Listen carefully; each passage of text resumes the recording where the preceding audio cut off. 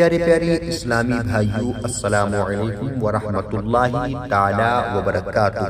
آج کی ویڈیو میں ہم بات کرنے والے ہیں سورہ ملک یعنی تبارک الذی کے بارے میں۔ سورہ تبارک الذی کے فضائل آپ نے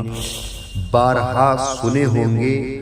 اور علماء کی زبانی یوٹیوب پر بھی آپ ویڈیو دیکھتے رہتے ہوں گے، لیکن اس کی بہت فضائل ہیں، لیکن میں صرف ایک فضائل آپ کے سامنے اس کو بیان کر رہا ہوں کہ حضرت عبداللہ بن عباس رضی اللہ تعالی عنہما فرماتے ہیں کہ رسول اللہ صلی اللہ تعالی علیہ وسلم کے صحابی رضی اللہ تعالی عنہ نے ایک جگہ خیمہ لگایا، خیمہ نصب کیا، وہاں ایک قبر تھی اور انہیں معلوم نہ تھا کہ یہاں قبر ہے۔ اچانک انہیں پتا چلا کہ یہ ایک قبر ہے اور اس میں ایک آدمی سورہ ملک یعنی تبارک الذی پڑھ رہا ہے،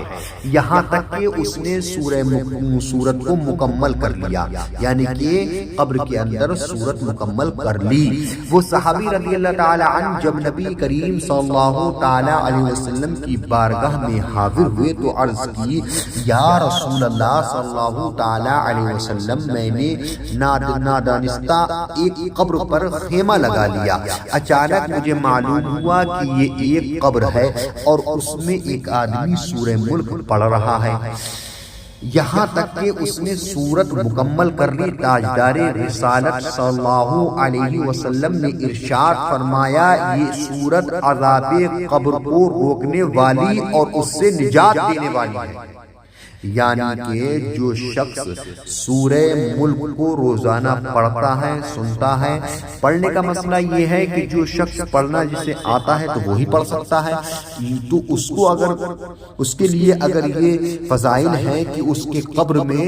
عذاب نہیں ہوگا تو کم از کم سننے والے کے لیے بھی کچھ نہ کچھ تو فضائل ہوگا۔ جو حضرات پڑھنا جانتے ہیں وہ اس کو پڑھ لیا کریں، ورنہ ہم اپنے یوٹیوب چینل پر روزانہ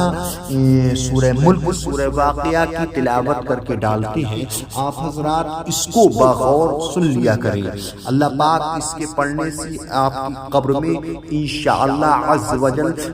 قبر میں عذاب سے محفوظ رکھے گا۔ اب میں آپ کو سورہ ملک پڑھ کر کے سناتا ہوں۔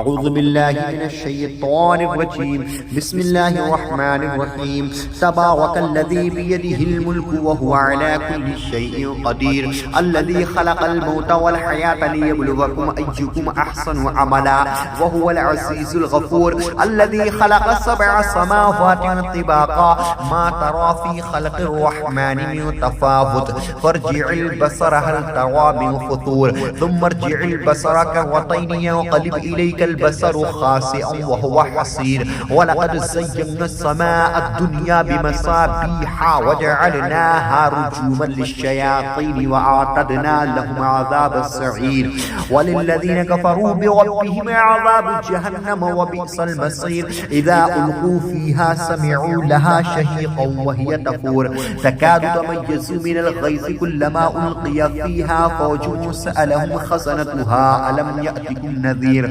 قالوا بلى قد جاءنا نذير فكذبنا وقلنا ما نزل الله من شيء إن أنتم إلا في ضلال كبير، وقالوا لو كنا نسمع أو نعقل ما كنا في أصحاب السعير، فاعترفوا بذنبهم فسحقا لأصحاب السعير، إن الذين يخشون ربهم بالغيب لهم مغفرة وأجر كبير، وأسروا قولكم أو اجهروا به إنه عليم بذات الصدور، ألا يعلم من خلق وهو اللطيف الخبير، هو الذي جعل لكم الأرض ذلولا فامشوا في مناكبها وكلوا من رزقه وإليه النشور،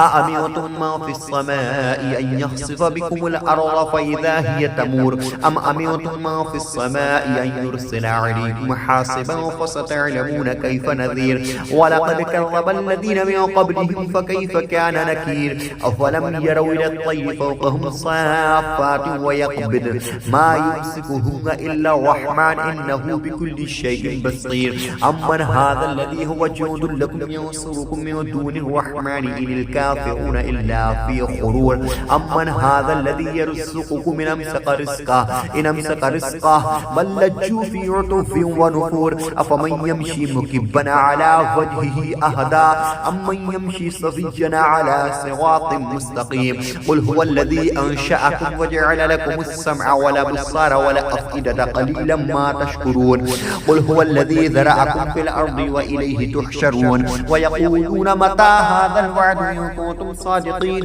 قل إنما العلم عند الله وإنما أنا نذير مبين فلما رأوه زلفة سيئت وجوه الذين كفروا وقيل هذا الذي كنتم به تدعون قل أرأيتم إن أهلكني الله ومن معي ورحمنا فمن يجير الكافرين من عذاب أليم قل هو الرحمن آمنا به وعليه توكلنا فستعلمون من هو في ضلال مبين قل أرأيتم إن أصبح ماؤكم غورا فمن يأتيكم بماء معين